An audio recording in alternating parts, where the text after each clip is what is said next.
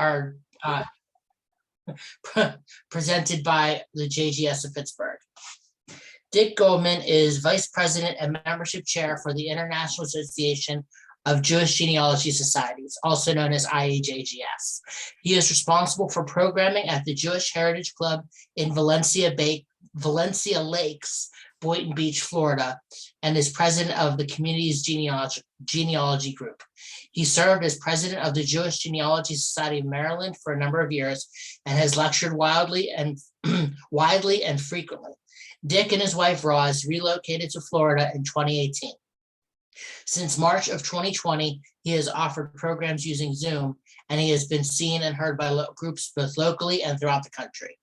Dick is the retired general manager of the Pearlstone Conference and Retreat Center in Baltimore, Jewish Federation, and was director of Jewish Life and Camping Services at its JCC. He is the founding director of the Youth Activities for Women's American ORT, led multiple trips to Israel, and is an award-winning educator.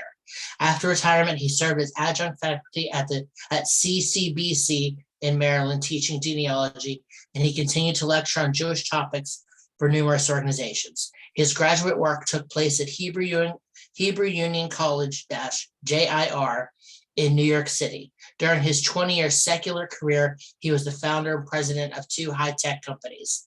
Dick and Roz have 2 children and 5 grandchildren. And now I'm passing the virtual mic on to Dick. And thank you very much, Steve. And I'm hoping everybody hears me okay.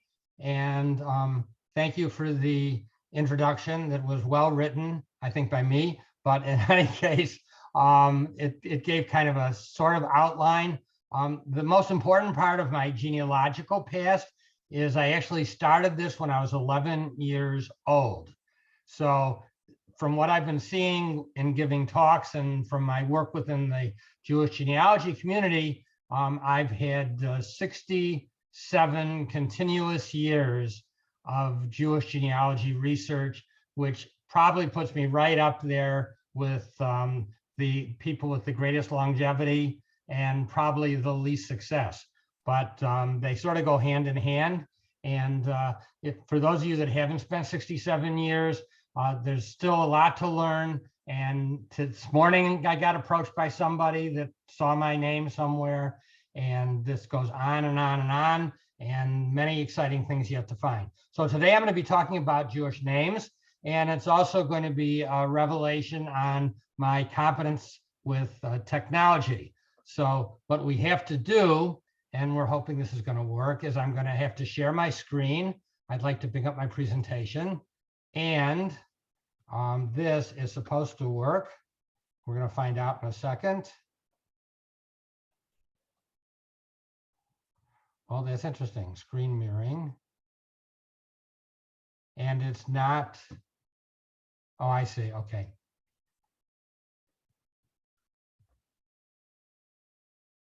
All right. Now we're going to.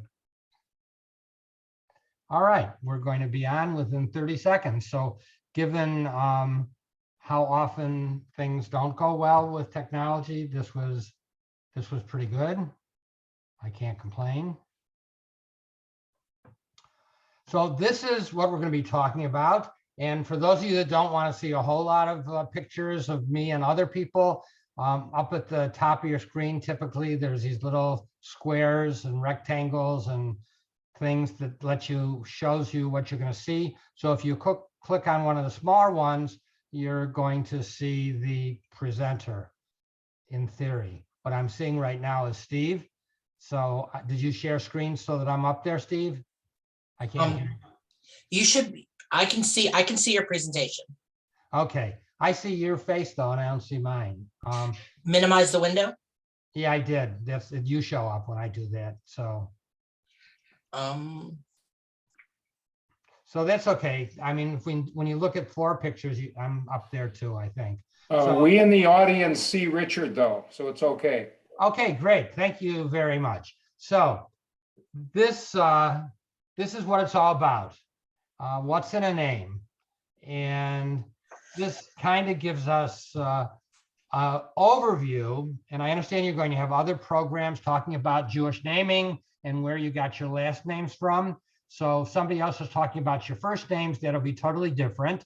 And some of it may repeat. So think of this as kind of an overview that introduces it. We know that one thing that's happened is our ancestors thought that specific names had meaning, not just for themselves, but actually predicted behavior. And one of the things you could do is you could fool the angel of death. So people sometimes would add a name like Alta, which means old person. So when a baby was born, they'd add Alta to the name. And as you're thinking about this, you may know people in your own family. And they did that to fool the angel of death, because if they had Alta in their name, it meant they were really an old person and not an infant or somebody new that could be attacked. So there's a number of myths that have to do with how we got our names. And this one is a very common one and a very popular one. And Steve and I spoke and we decided we'd leave questions for the end. So if you want to disagree with some things I'm saying, or you have something to add, just put a note in the chat or make a note for yourself. So one of the most popular myths, if you will, is that people's names were changed at Ellis Island. There's a famous story about this guy who was in line and the clerk says, "What's your name?" And he's thinking, "Oh my God, I can't remember. It's Sean Ferguson. Sean Ferguson." So the clerk says, "Oh, Sean Ferguson, right?" So that's how he got his name. So that's not true, but it is funny.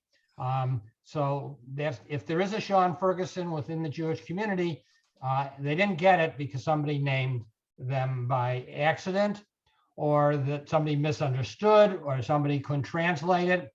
And I give this talk a lot and people always disagree with me. And so I want to show you why this is all the case.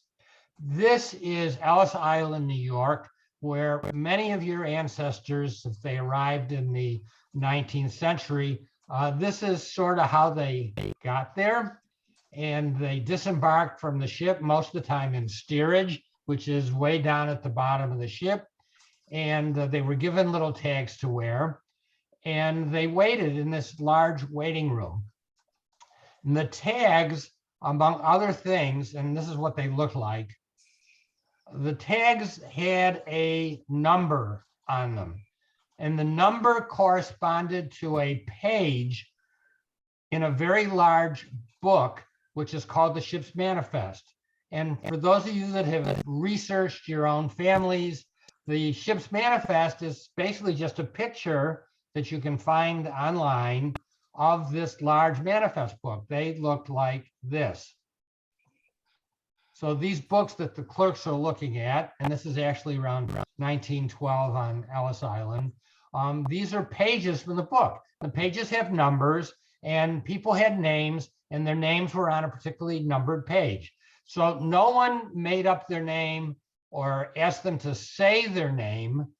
What the clerks did was they matched the person in front of them who was wearing a tag with the name as was written down on the ship's manifest. And the manifest was created before people got on the ship.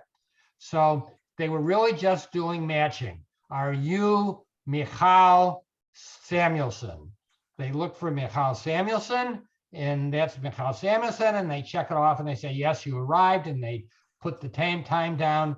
And nowadays somebody did a microfilm that then they can digitize, and you can search for it and you can actually see it. But all they were doing was confirming a name someone had given earlier. And if somebody wanted to make up a name earlier, most of the time, certainly before the 1920s, you didn't have to prove who you were. You just said who you were and it was accepted. So some people literally changed the name before it was written down in the manifest, but not by a clerk.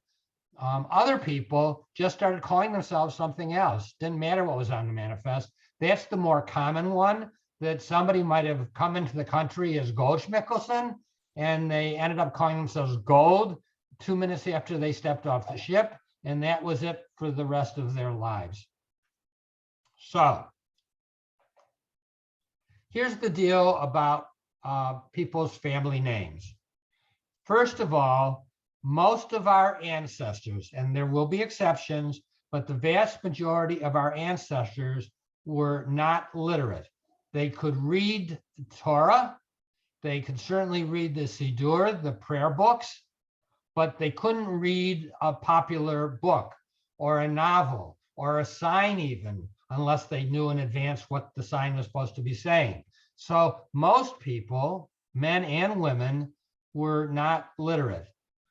Secondly, the names that people had, the last name that you all have now, and women have, they called them maiden names, the name they had before they got married, all those names, your grandparents' names, when people were living in Eastern Europe, they really didn't care.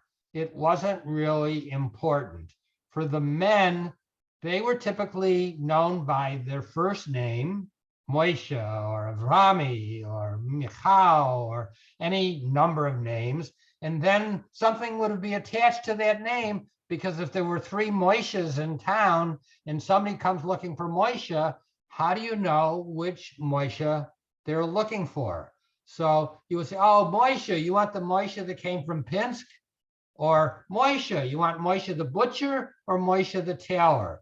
Or Moshe, you want Moshe the short little guy or Moshe the tall guy? So that's how people would be known. Or, oh, you mean Moshe? His father's Yaakov, right? So it's Moshe, the son of Yaakov.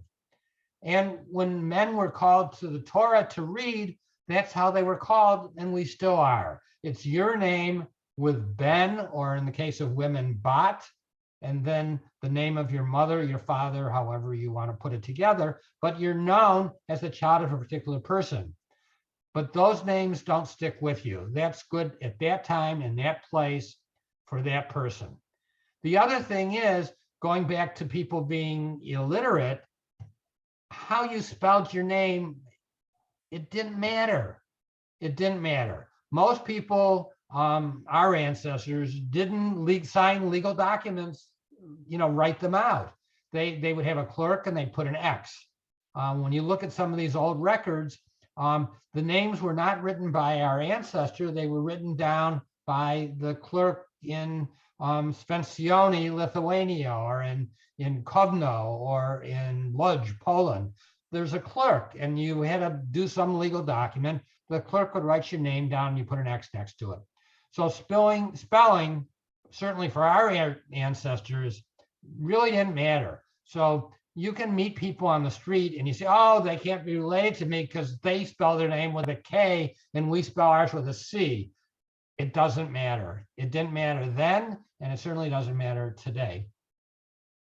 So this guy, he's really quite well known, and his native language was English, William Shakespeare. And we certainly know how to spell his name. I mean, English was his native language.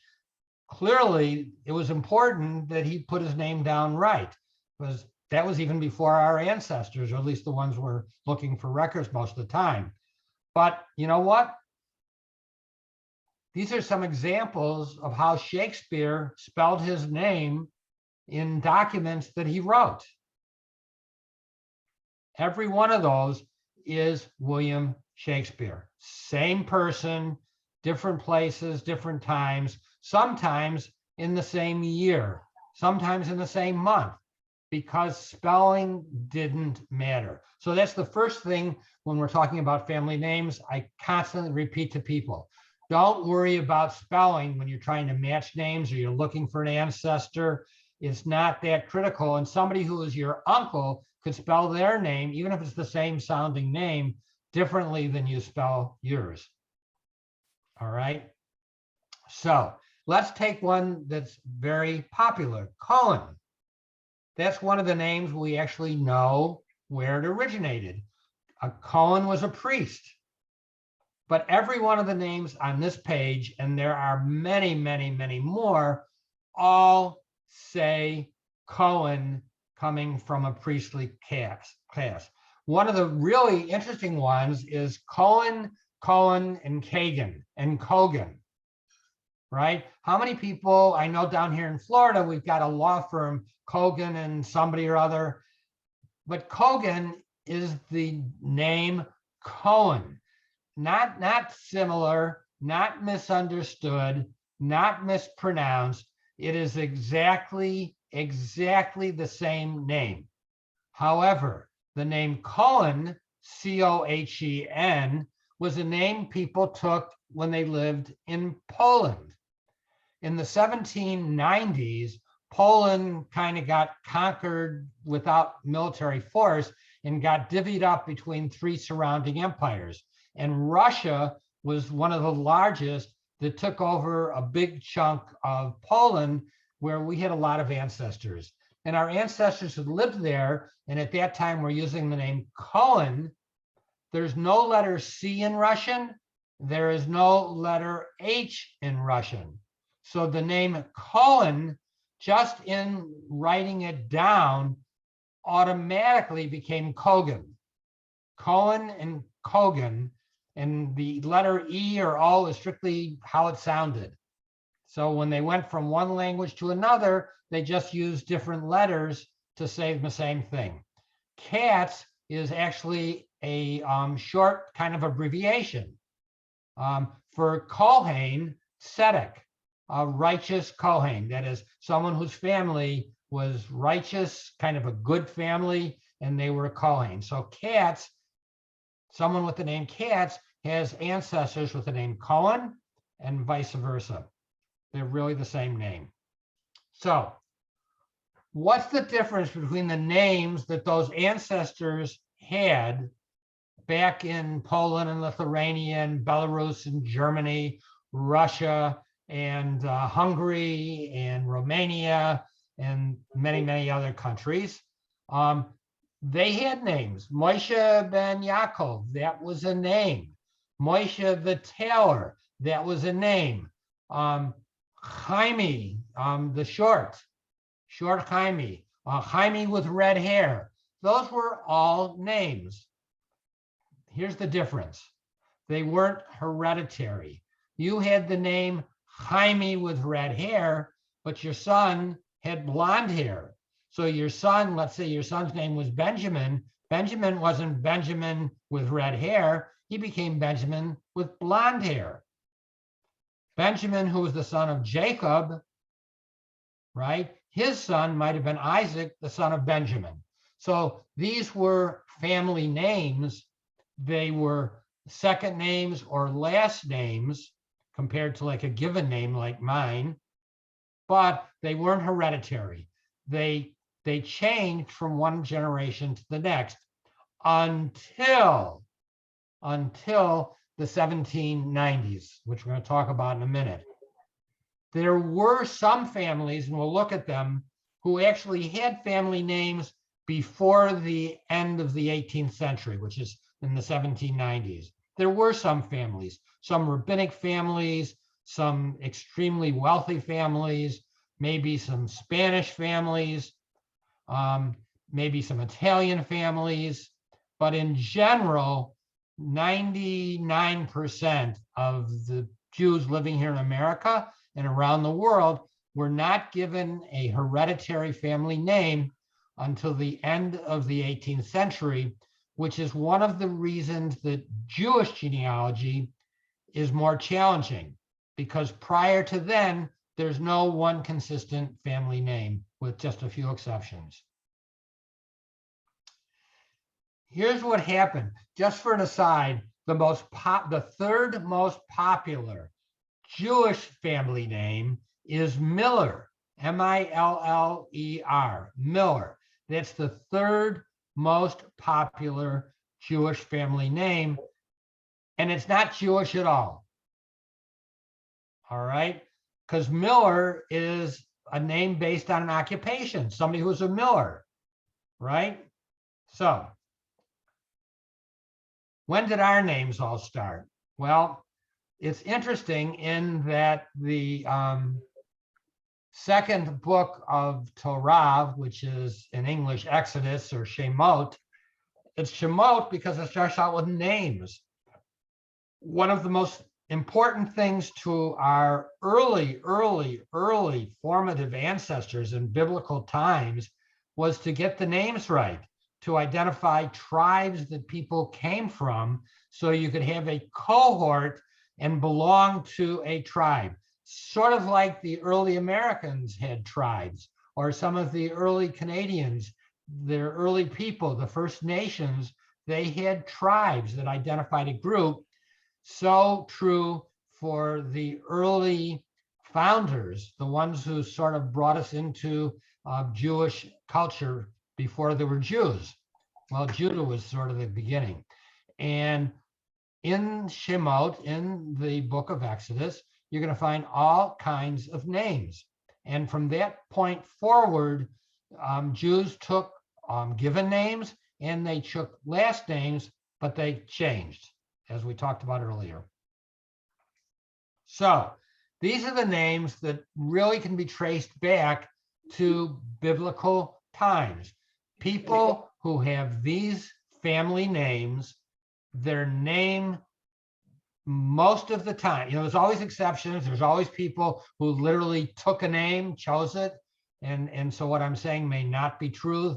Now we can double check using DNA. We can actually look to see if there's a genetic relationship. And we have found that there is genetic relationships with the name Cohen. The vast majority of people who have the name Cohen or any derivative of Cohen, like I described earlier, genetically using DNA, they can show they came from a common ancestor thousands of years ago. Kind of amazing. Names of Israel. That's one of the three groups that define Jewish people. This is a very old name that was taken very early on during the Babylonian exile and even before the temple was destroyed. And of course, Levi, Levine, Levinson, Siegel, which is part of the same groupings. And there are others that you all can think of, Levitt, all the things that sort of start out with a Lev for a family name. Those are all based on the tribe of Levi. Remember way back 3 slides ago, I showed the tribes that Judaism kind of has of their four men and 4 women, the early ones. Levites, or people with the name Levi, trace their ancestry back to the Levites, who worked with the priests, who were the Kohanim, in the temple. They were actually laborers in the temple, preparing the sacrifices, maintaining the housekeeping chores, everything that had to be done. And their children identified with them. And here we are 2,000 years later, and people have a family name like Levi, and they can have a direct line, male line, directly back to the early Levites, and that can be shown with DNA to be the case. So the other big place where we have names is after the Torah was finalized, at least our version, and then rabbis started writing commentaries. Their commentaries went into this huge, gigantic, literate book called the Talmud, and it has sections, Gemara and things like that. But for our purposes, the Talmud. And in there are many, many, many, many names, given names. But again, none are hereditary, except in some rare instances where a rabbi who wrote comments in the Talmud was so famous, so important, studied by people everywhere, that their grandchildren and great-grandchildren maintained their great-grandfather's name as part of their identification, and many of those remain to this day, but compared to all Jewish names, probably less than 1%. So a lot of the names that you see when you're reading in the Talmud, and as I said, it's thousands of pages, are written in Greek and Aramaic, which immediately tells us that this great, tremendous book, and it's actually was put together, a lot of it in Babylonia. There is a separate Talmud from Israel, but the Babylonians one's the one we mostly use. And these names were all Greek and Aramaic. So people who studied Jewish text and Jewish study in English, that was not so unusual. our ancestors, who people think very highly of, kind of did the same thing in their local languages as well. So up to 1492. Prior to 1492, a large number of our Jewish ancestors lived in Spain or Portugal. And at that time, in the 1200s, 1300s, 1400s, when they were controlled by Arab nations, by Muslims, before they became very Christian, Jews took names which were very common in the Muslim community and in the Spanish community. So these are some of the names which exist today that can be dated back to the 1200s, 1300s, and 1400s, during the time when Jews were living in Spain and prior to them being given a very hasty throwing out, where Jews were given the choice of leaving or converting or ultimately dying. And many of our ancestors temporarily pretended to be Christians and outwardly, publicly practiced Christianity, but secretly in their basements practiced Judaism. And this went on for hundreds of years. And some of those, and what's interesting, I find interesting, is the family names that they brought with them from Spain, which clearly identified them as being Jewish. They didn't change. When they left Spain and they emigrated to South America or to Curacao or to many of the other Caribbean islands, I just watched a film on Jamaican Jewry. It's fascinating. They all kept these names, which would have led to their death during the Inquisition, but they escaped, and this was their way of staying connected. And they used Ibn. I-B-N is Arabic, and it means the exact same thing that Ben means in Hebrew, a son of. So Ibn Ezra meant the son of Ezra. Now, Jews did survive, got into Central Europe, Germany, Austria, those areas, and our ancestors then, in various ways, eventually moved into Eastern Europe, into Slavic countries. And by that time, many of them had some names that went with them. And these can be dated back to the Middle Ages. And names such as Rappaport or Shapiro, which is a very famous name within Jewish history, and Horowitz, which is also very famous. And we know where they originated.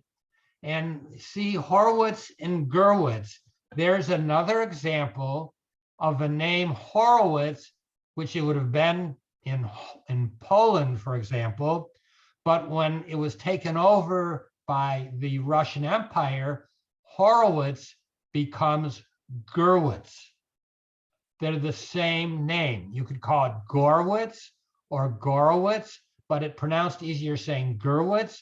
But Gurwitz, the G just got swapped for an H because it doesn't exist in Russian. So those names, once in a while, we'll bump in a name that is your name or somebody you're related to or a friend or a neighbor. And little by little, you're going to see where all these things came from. Now, this one's pretty famous. In the 16th century, which is 1500s, I told you earlier that literacy was not a major value in Jewish life in the 17th and 18th and even large parts of the 19th centuries, but not just for Jews. This was true for many, many, many people living in Europe and Eastern Europe, Central Europe. So instead of having house signs with people's names on them, they adopted a symbol.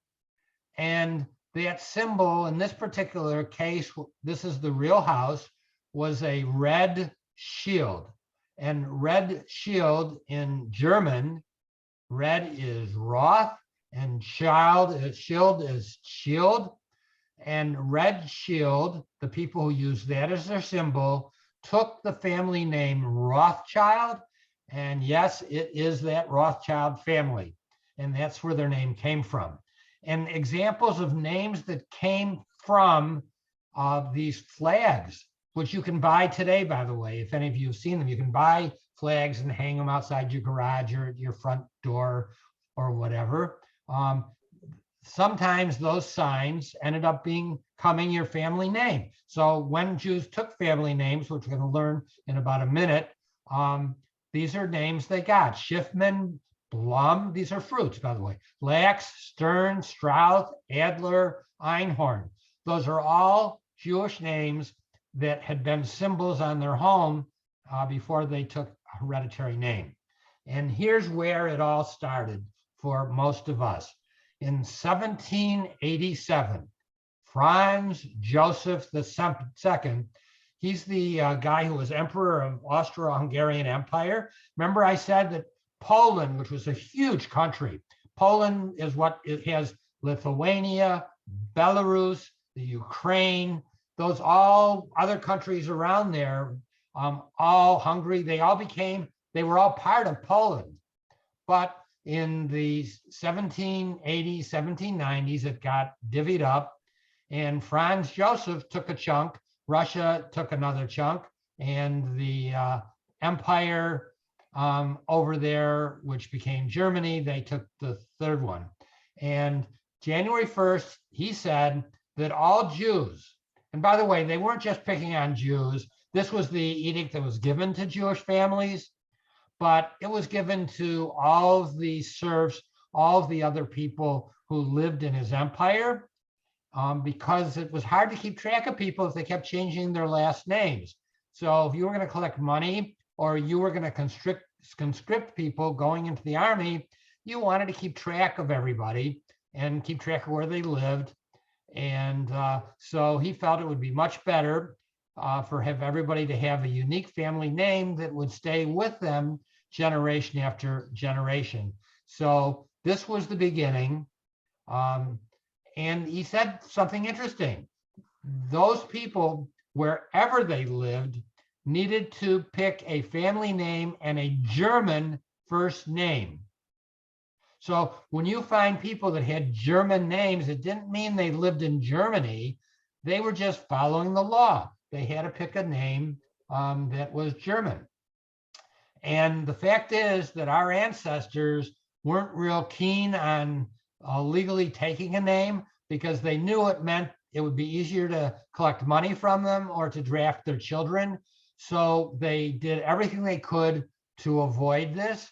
So it didn't happen right away. It happened with some people right away, but many other people avoided it. And in some places, people didn't take family names, hereditary, until the 1860s, which makes it really hard tracing your ancestors.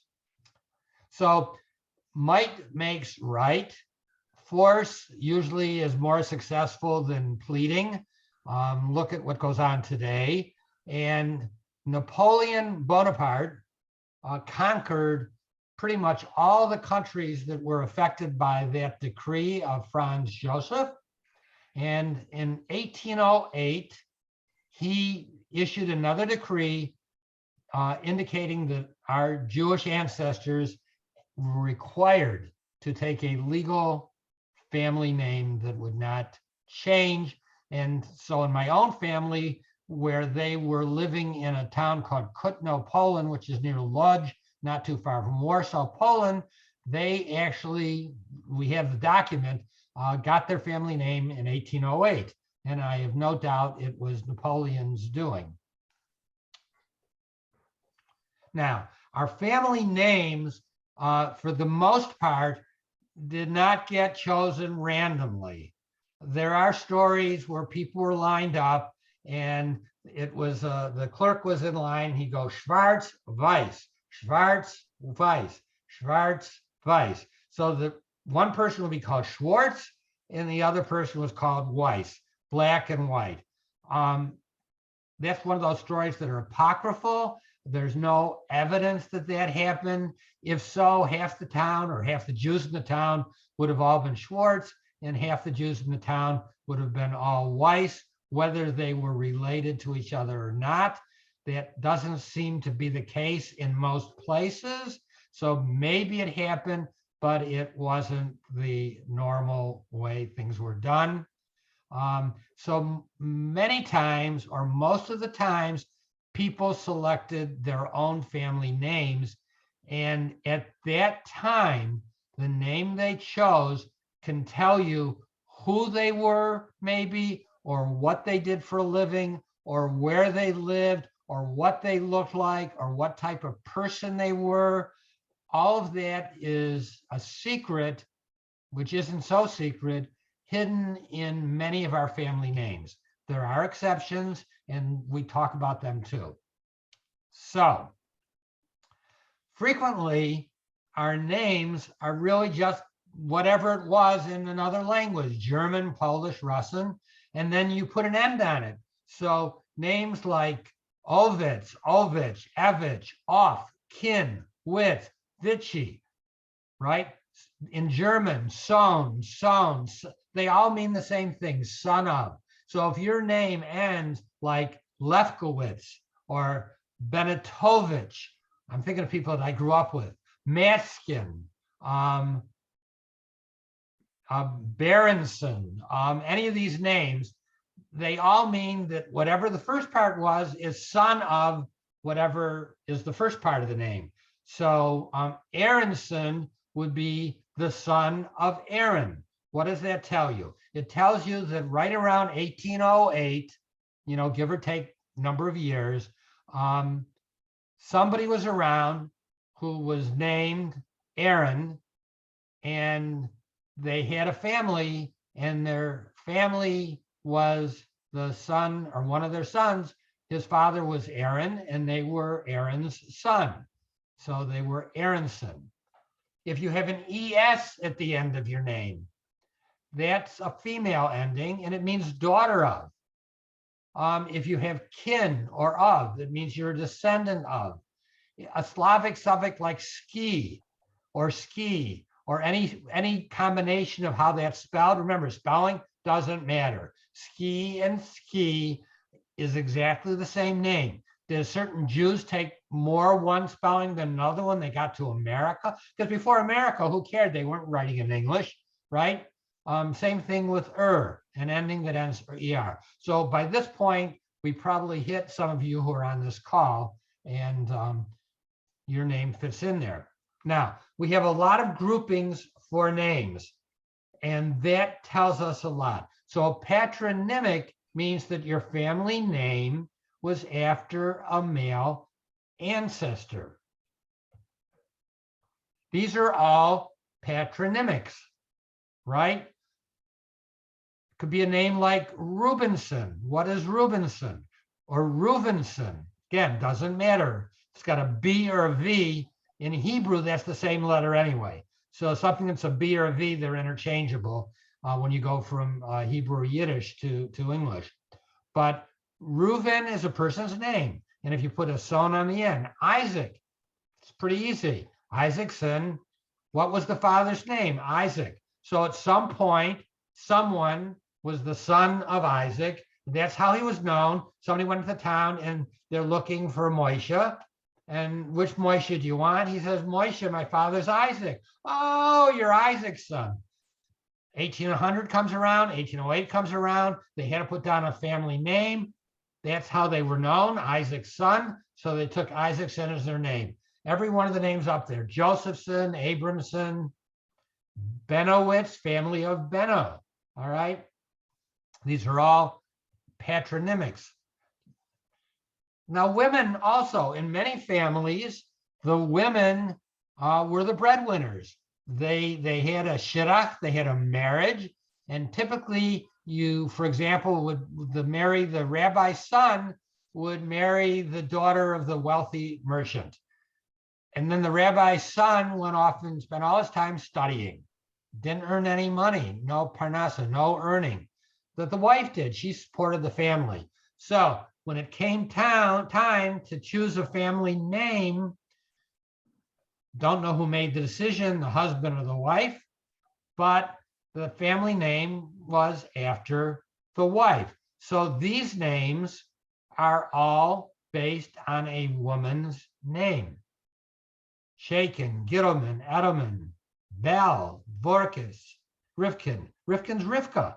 All right. This was all the woman who was, you would call maybe the matriarch of the family. It was someone who was so important in this family that was very known to the people who chose the name, meaning they were adults living in the early 1800s. They had to pick a name. They were honoring maybe a parent or a grandparent or someone whose name was well known to them. And this became the family names. This one is extremely helpful.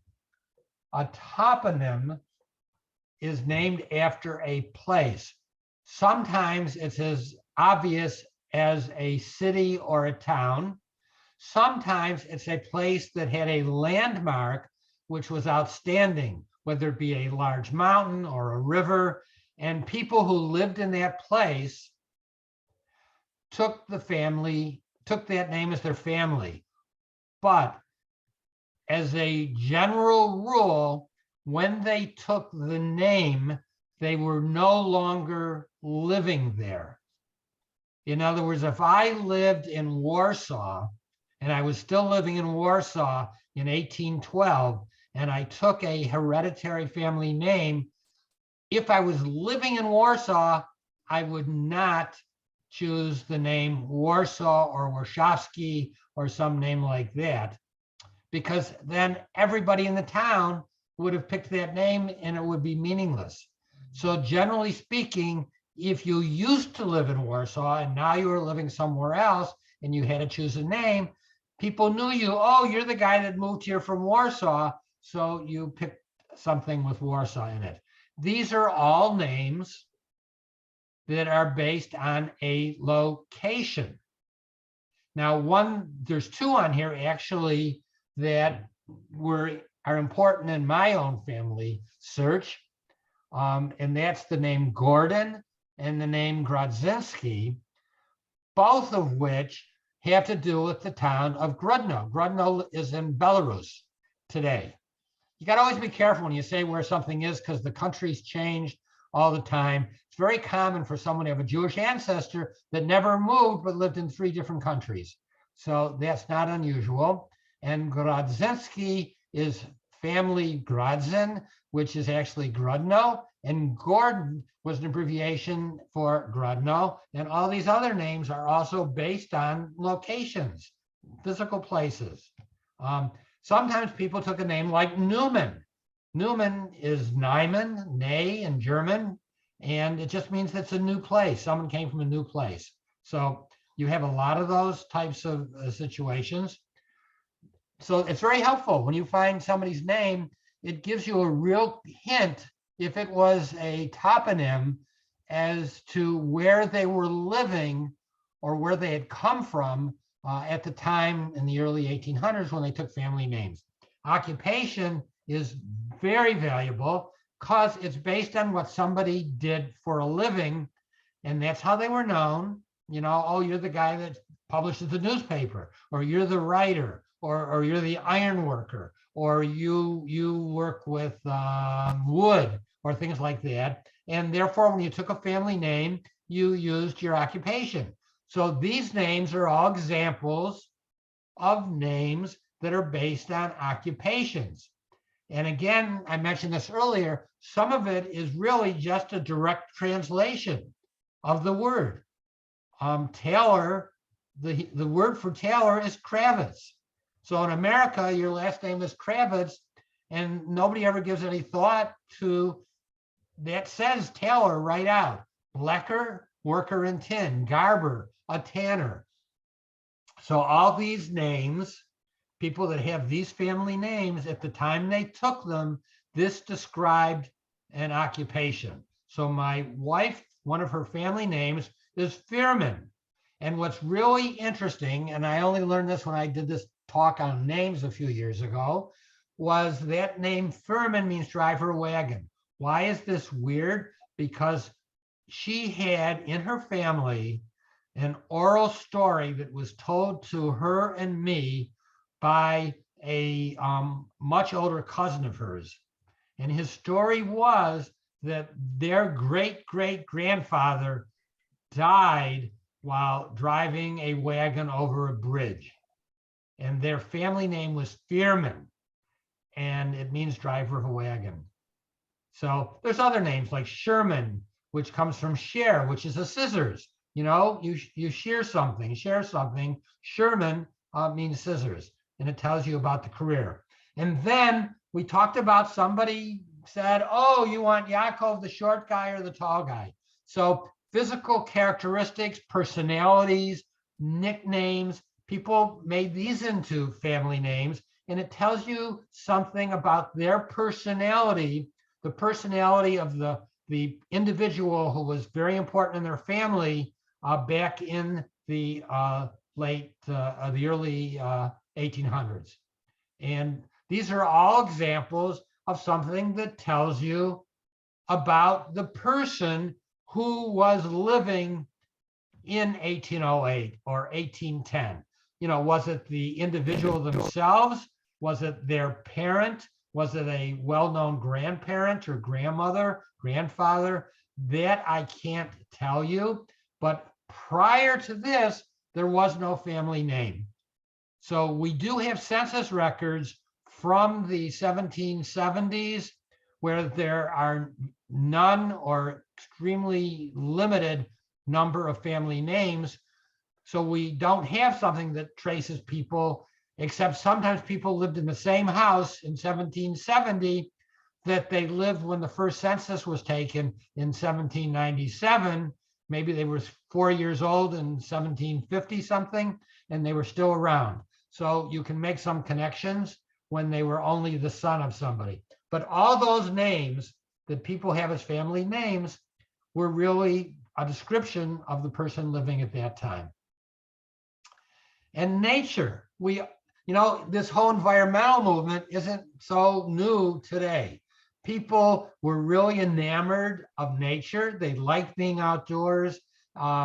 It described something about them. Someone who chose a tree as a hereditary name that was going to be in their family for hundreds of years, and you've got it today, and they chose something from nature, it tells you something about them, what was important to them. So all of these family names here are all based on something in nature. Every one of these. Finks is a finch, it's a bird. Again, some of these, if this was a native language, when you said the name, you'd be saying, when you said Feinberg, you'd be saying Fine Mountain. So you'd be all running around the name Fine Mountain. But our ancestors were Yiddish, or the law said they had to pick a German name, so they're Feinberg. And a lot of us forgot that this is where the name came from. And if you had a prestigious or even an important religious position and you had to choose a name, you might choose that. So all of these are descriptive of something you did in the synagogue. Rabinowitz is sort of evident to most of us, but a Schreiber, a Stam is a scribe, a Maggid or a Lehrer is a teacher, Chasen or Soloway are ways of saying a cantor. And of course, the name Cantor, which I have a cousin, Cantor, is Cantor. Again, telling you something about a religious position that was well known in the early 1800s or was their career at that time. Finally, we have artificial names, which are made up. And sometimes you had to buy them. Sometimes if you were in a community or a town, and the names were all given out locally. You know, you had a town clerk or a mayor, someone in their office, or some leader from the general community. and they would be there. And sometimes people had to pay to get these names, and they were considered beautiful. Sapristine is a sapphire. What's interesting is some of the very wealthy people I knew growing up, meaning, and those individuals were probably born in the mid to late 1800s, and came from wealth when they came to America, they have these kinds of family names. So they sort of inherited it. So it's interesting, you've got a talk coming up, I heard, on a Rosenberg of any other name. And I'm just reminding you about that. And that's something you can look forward to. Final thing. I had my great aunt and great uncles came to America, and all from the same family. And some of them had the family name Rosenberg, and some of them had the family name Feldman. Rosenberg and Feldman. It was a big family. There were, I think, 9 siblings, and it was pretty much evenly split when they arrived in America. Half were Rosenberg, half were Feldman. True story. One of the descendants of that family grew up in Pittsburgh. You may know her. She was a professor at Pitt, psychologist. And Ellen, who is my cousin, was one half of that. Her ancestors were Rosenberg, but some of the family from Chicago were Feldman. And I grew up, I started when I was 11 years old. I was convinced that there were 2 men and there was been a divorce. And that's why some of the kids had one name, some of them had the other. And it was only 15 or 20 years later, which is still a long time ago, that I realized and learned the truth. And that is many Jewish people, to avoid that registering for the draft and stuff like that, did not get married by the government. They were only married in a religious ceremony by a rabbi. That being the case, and because the government could not prove DNA didn't exist, remember, and just your word was never enough, they couldn't prove who was the father. Literally, they didn't know. So the children were bastards. They were all women without a legal husband, and therefore they took their mother's name. At a later time, if for some other reason the husband decided to register his name, take a family name, then they could go back to the court, to the government official rabbis. There was an official rabbi, and register their marriage with the court. And from that time forward, they would use the husband's name. But sometimes the husband never did that, meaning in that particular country, they were all registered under the mother's family name, but they took the father's name when they arrived in America, because that was our custom. Our names came from the fathers, not from the mothers. So somebody might have been born Rosenberg, the mother's name, but as soon as they set foot in America, they called themselves Feldman. Or, as I said, at some point while they were alive, the man took a name, registered the marriage, paid his taxes, and that was it. The other thing was, sometimes to avoid draft, the children would be adopted by a neighbor and use the neighbor's name, therefore appearing as a different family. And we have examples of 85-year-old mothers, 85 years old, who adopted the 2-year-old next door, and it became their child, and they were given that name. And sometimes they kept that name, and sometimes when they got to America, they went back to what the name might have been. So that's another way people got names.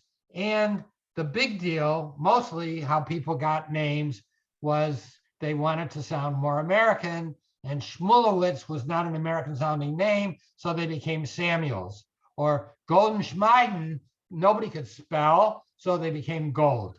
And that's how we got these changed names. So what's in a name? Jewish people are traditionally named for an ancestor. Now we know how they got the family names, and hopefully at some point in this series, you're going to learn how they got their given names until the 20th and 21st century, when we mostly kept the first letter.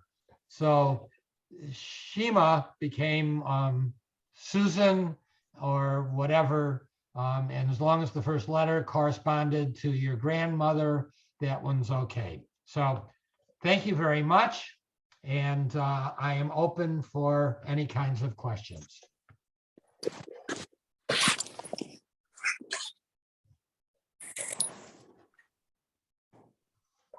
Eric, are you doing the questions, or do you want me to? What you want, David? I'll take care of it. I think Eric had to step away. So let me scroll down our chat window. Give me a moment to do so, please. Somebody wonders how the conscription service of the Russian Empire sorted out the names of the boys to be drafted.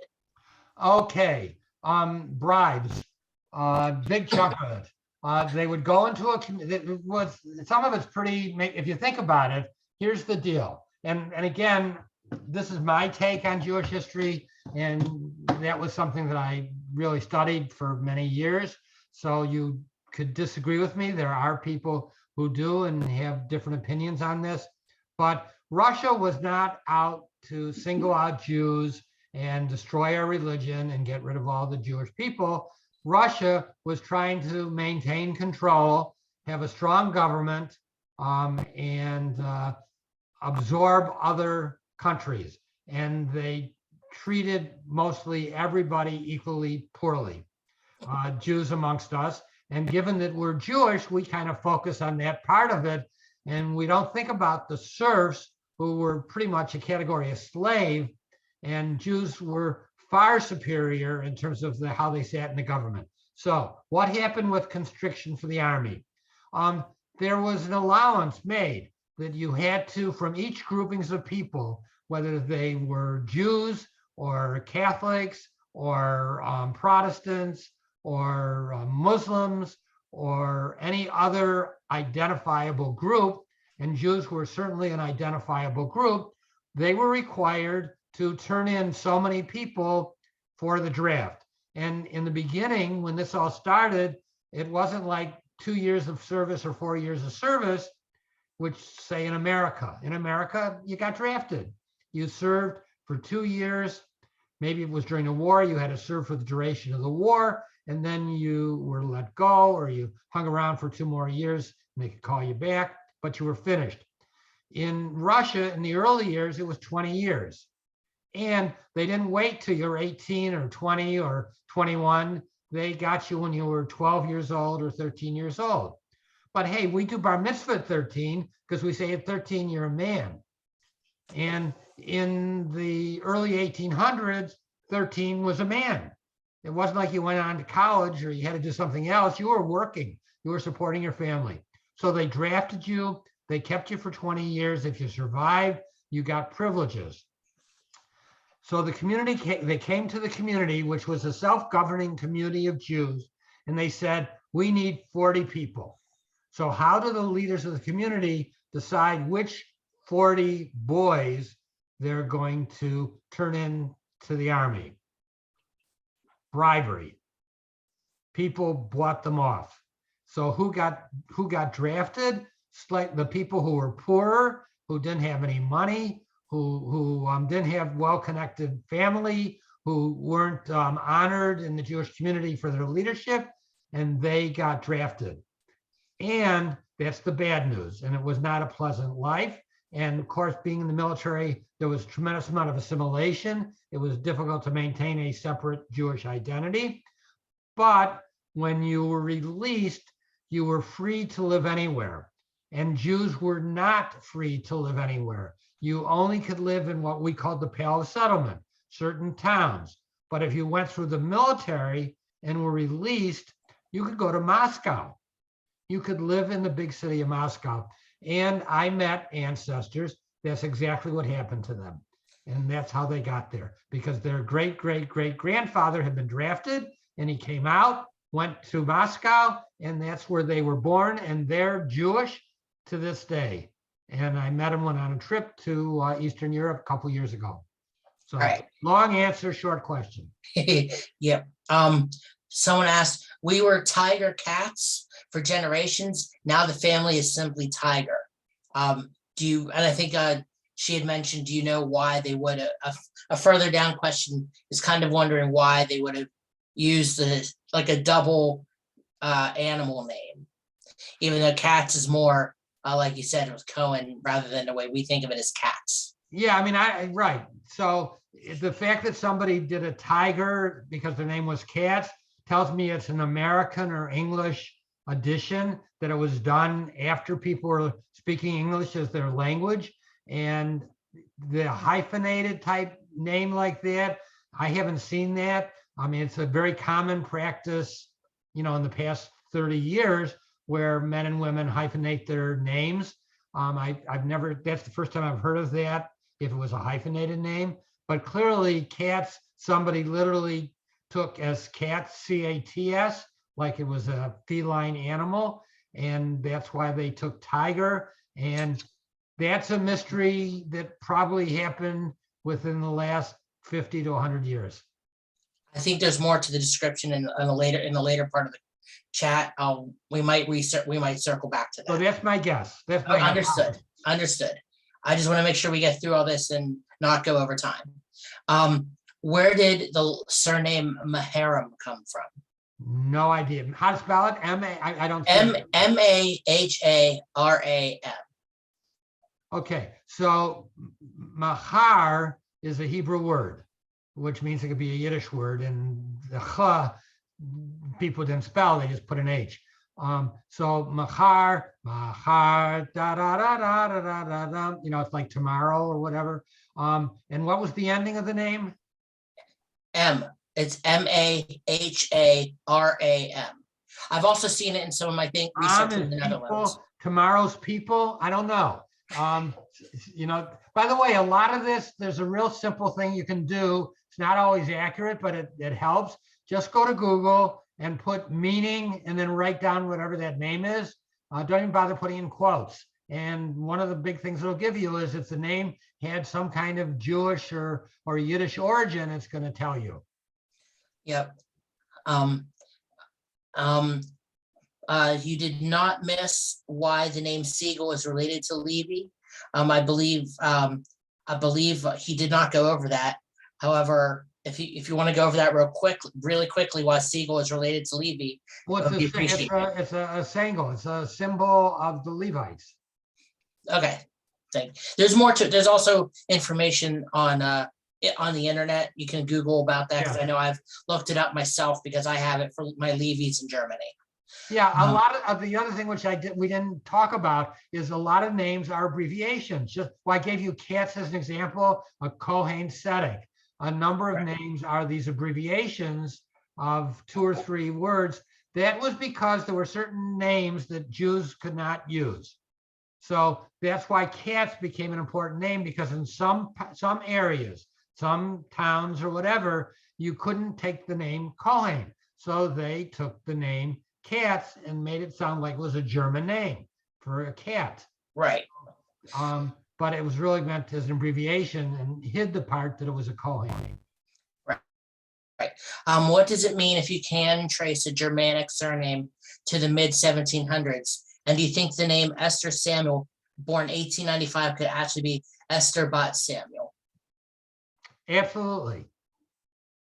And as far as tracing a Germanic surname to the mid-1700s, what could that? I have that in the Netherlands. It depends on what Germanic speaking country you're speaking about, because like my ancestry in the Netherlands, I have Van Cleef, which means from Cleves, Germany, basically. But they've been using that in records since at least the 1600s in the Netherlands itself, in Rotterdam and Amsterdam. So it just, they could have been an important family of some kind.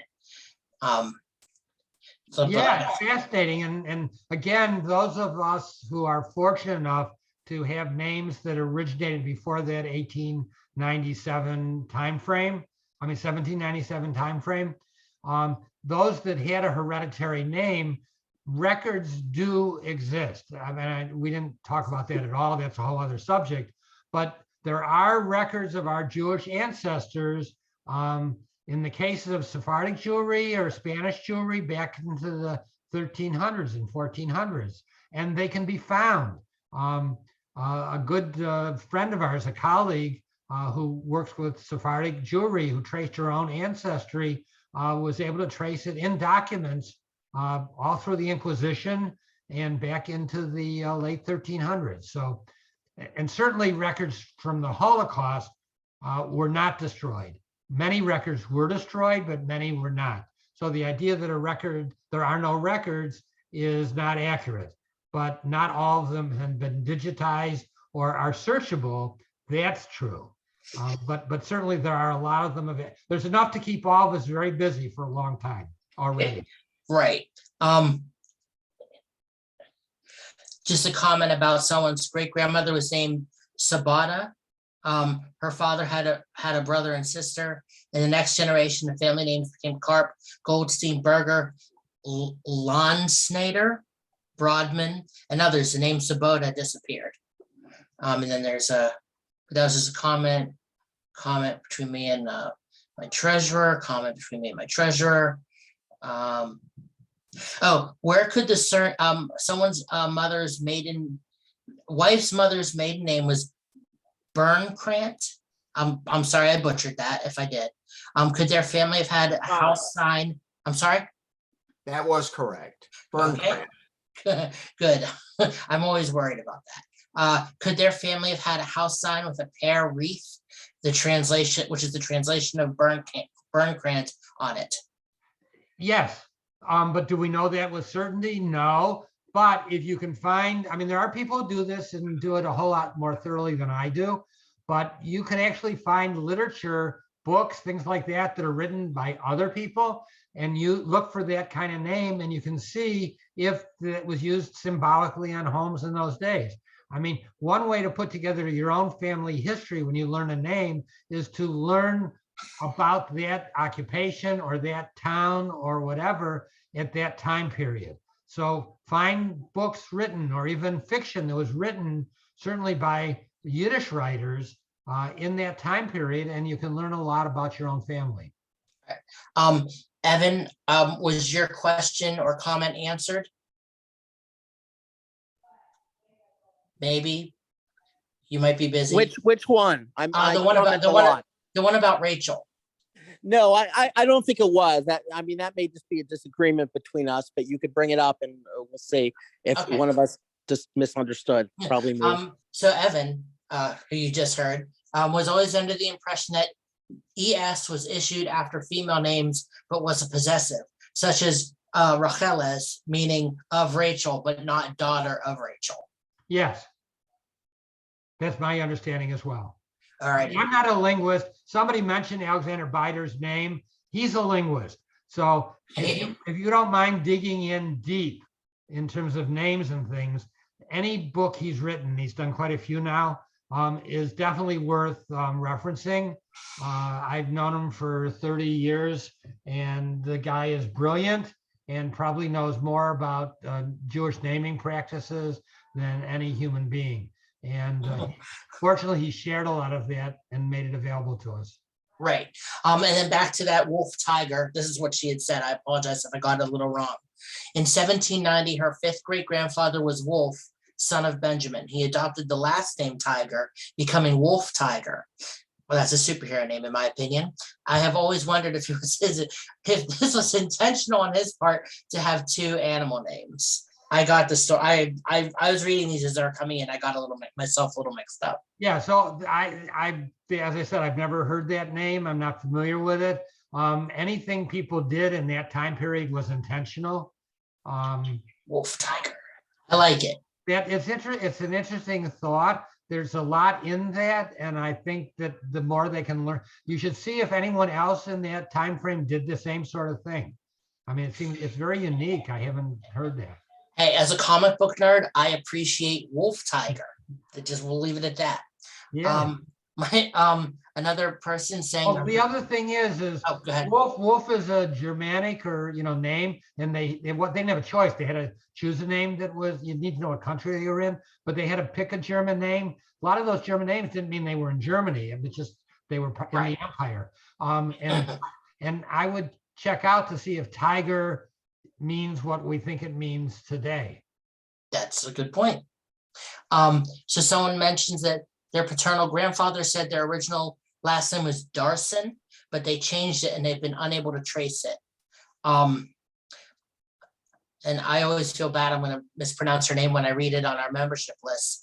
Sana, I would just recommend posting on the various Facebook groups or Okay. I'm sorry.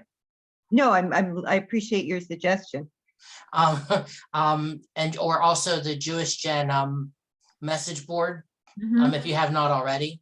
Okay, And just seeing what comes up and also just doing a surname, like a surname search across the board.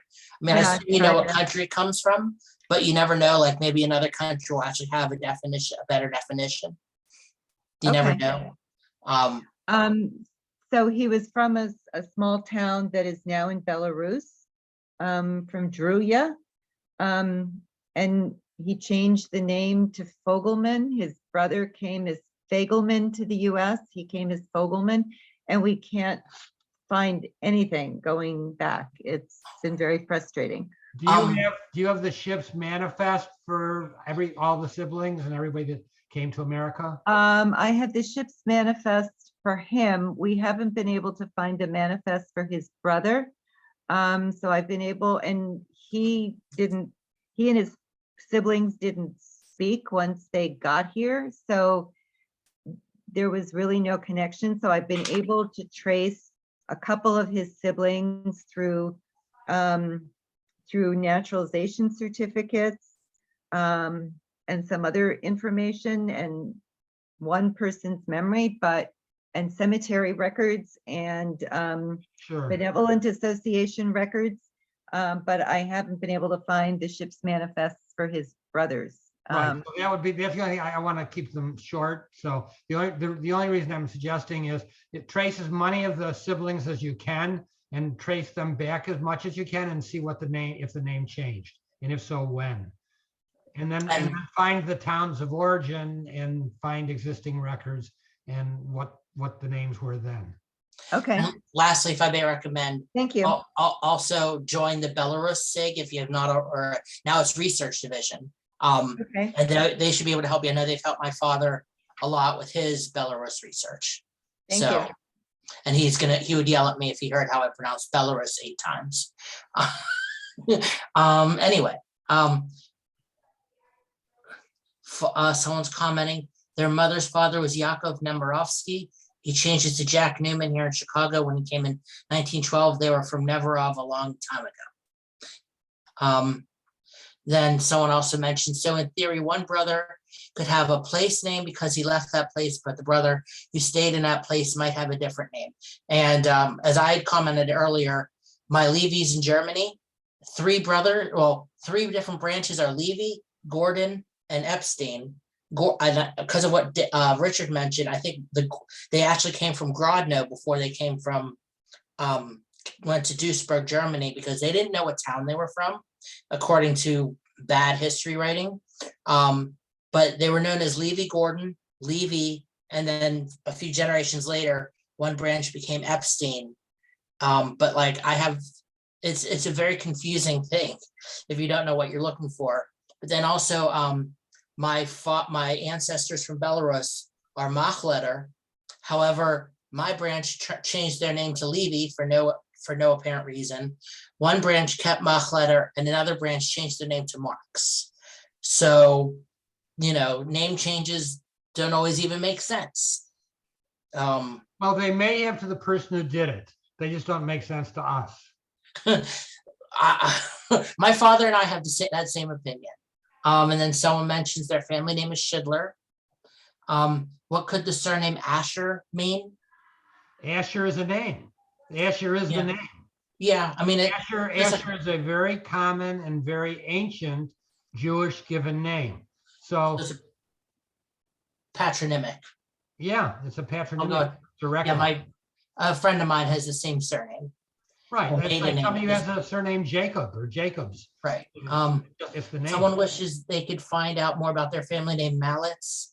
Again, I'm gonna recommend Facebook groups, Jewish Gen, etc. because, that'll, if you post it, you'll get tons of replies about where, you also get a lot of people doing a lot of the legwork for you, depending on what time of day you post the message. So listen, so Mallets, I have Google open on my iPad.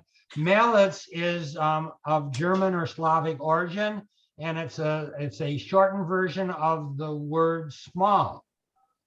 Malitz, M-A-L-I-T-Z, Yep. actually means small. So, and So small like can I be a said, Jewish. a lot of our names are really just the English translation, or not the English, it's the transliteration of a word. If you translate it, tells you something about the person. I'm gonna go a little quicker because new questions are popping up and we're getting Yeah, short so on like, time. by the way, like Sisman, I see Arthur's picture. Sisman, I would say, is Zisman, which means sweet.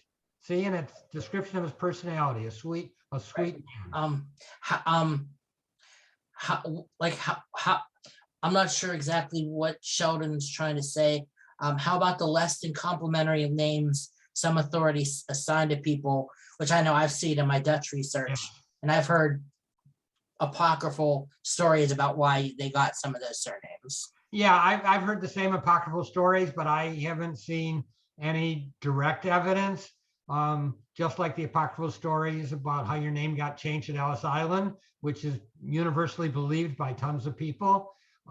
So it's difficult. I can't say, I wasn't around, and I have not. The thing is, I haven't read any contemporaneous report of somebody being given by a clerk a non-complimentary name. People have them. I mean, people definitely have them. There's no question about it. I always wonder if those names are so bad, you could call yourself anything you want in America. Why didn't they change the name? So I can't answer the question. I don't know. I think I'd read that it's possibly because of anti-Semitic people at the time. I guess if they didn't select their own name, then they'd select something for them, and generally as uncomplimentary as possible. That's what I read somewhere. Yeah, I know. I don't have direct evidence of that. And anti-Semitism is used to explain a lot of the things that have happened in world history, which really had nothing to do with anti-Semitism. It had to do with, autocratic governments, with leaders trying to control the people. I mean, the church's choice of Catholicism was not anti-Semitic. It was the way they were able to bring together a disparate, population living all over. So it was done to help them, not to go against Jews. We just suffered the consequences. Look, all that assimilation, the part in Eastern Europe where they wanted Jewish kids to go to Russian schools and German schools. Today, we would say, oh, they're giving us free education and everything else. But we treated as if they were out to get rid of Jews. They were out to make people become good Russians. They didn't care so much about Jews. All right, I'm gonna kind of keep going. Susan, my recommendation again, about finding your direct ancestor is to with the rabbi with the surname Feist in Poland. Again, Facebook groups Jewish Gen. And I'm sure that's not the answer you want to hear, but we can always talk off the side because I know you emailed me a lot before.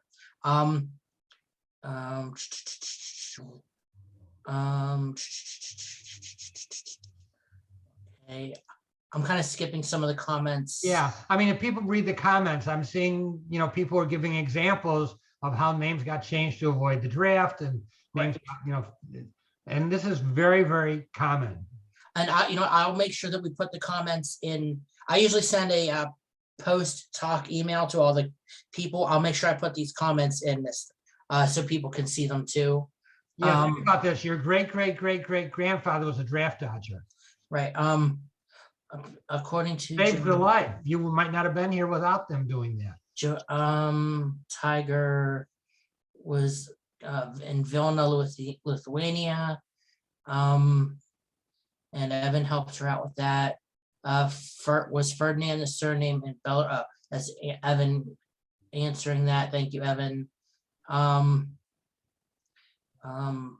not sure. I think I might have missed some questions. Oh, Penny, are you still on? Elephant is very interesting because to me, at least, because I have cousins with elephant. I'll get your email off of the thing. I think they're in Hungary. And Yes. also, and I think that, in my opinion, it sounds like a cousin surname of mine also, which is Hellfand.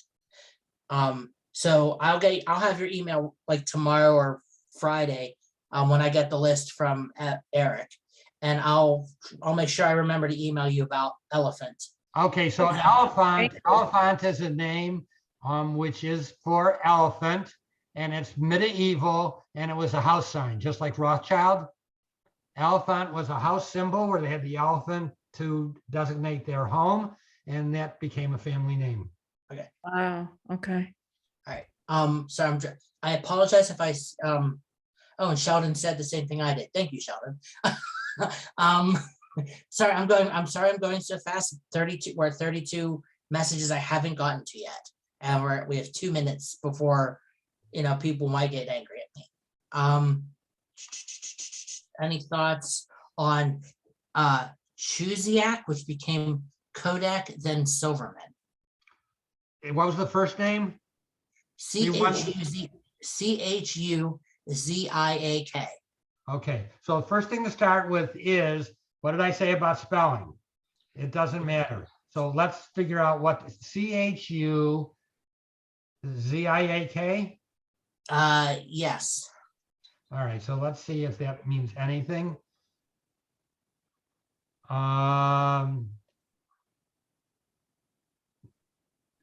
Doesn't pop right up. So it's a pretty well-known, it's coming up, but I don't know what the meaning is. I'd have to do further research. Okay. Again, I would always recommend Jewish Gen and the various Facebook groups. When you say it's coming up, where is it coming up? Google. I've got Google. Oh, okay. I've got, well, I can't. This, as I told you, you guys can do this pretty easily. Oh, that's weird. When you do the screen, it Yeah, won't it doesn't. show. It's not going to show up very well.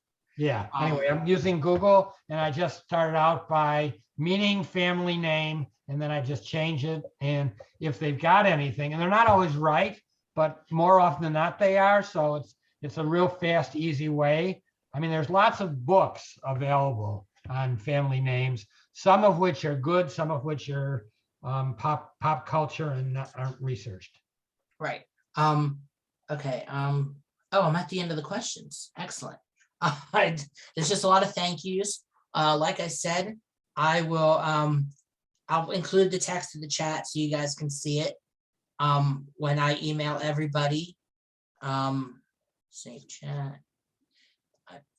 Showing folder. Excuse me, you didn't mention my question I asked about Jansen. Is that another form of Cohen? Jantzen, are you spelling it? Or Yantzen or Zon or Janson? There's a whole bunch of different possible spellings.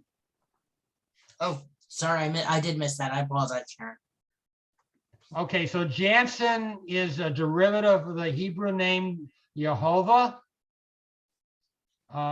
which is one name for God, and it also means gracious. So it's not son of Jans or son of Yan or something like that. Well, it's also used as a Danish name, but as a given name, a first name. Uh-huh. But in general, it's derived from Jehovah, which is, if you put the Hebrew, it's just named for God. Okay, thank you. And Right. if you don't mind, I asked a question too, Oh, and I'm so- I I'm have sorry. tried. Go ahead, real quick. I'm sorry. Sorry, I have tried to find it on Google and Jewish Gen. Shrubisky. There are a lot of them in Rokishkis and in Yeah, Lithuania, so- Latvia.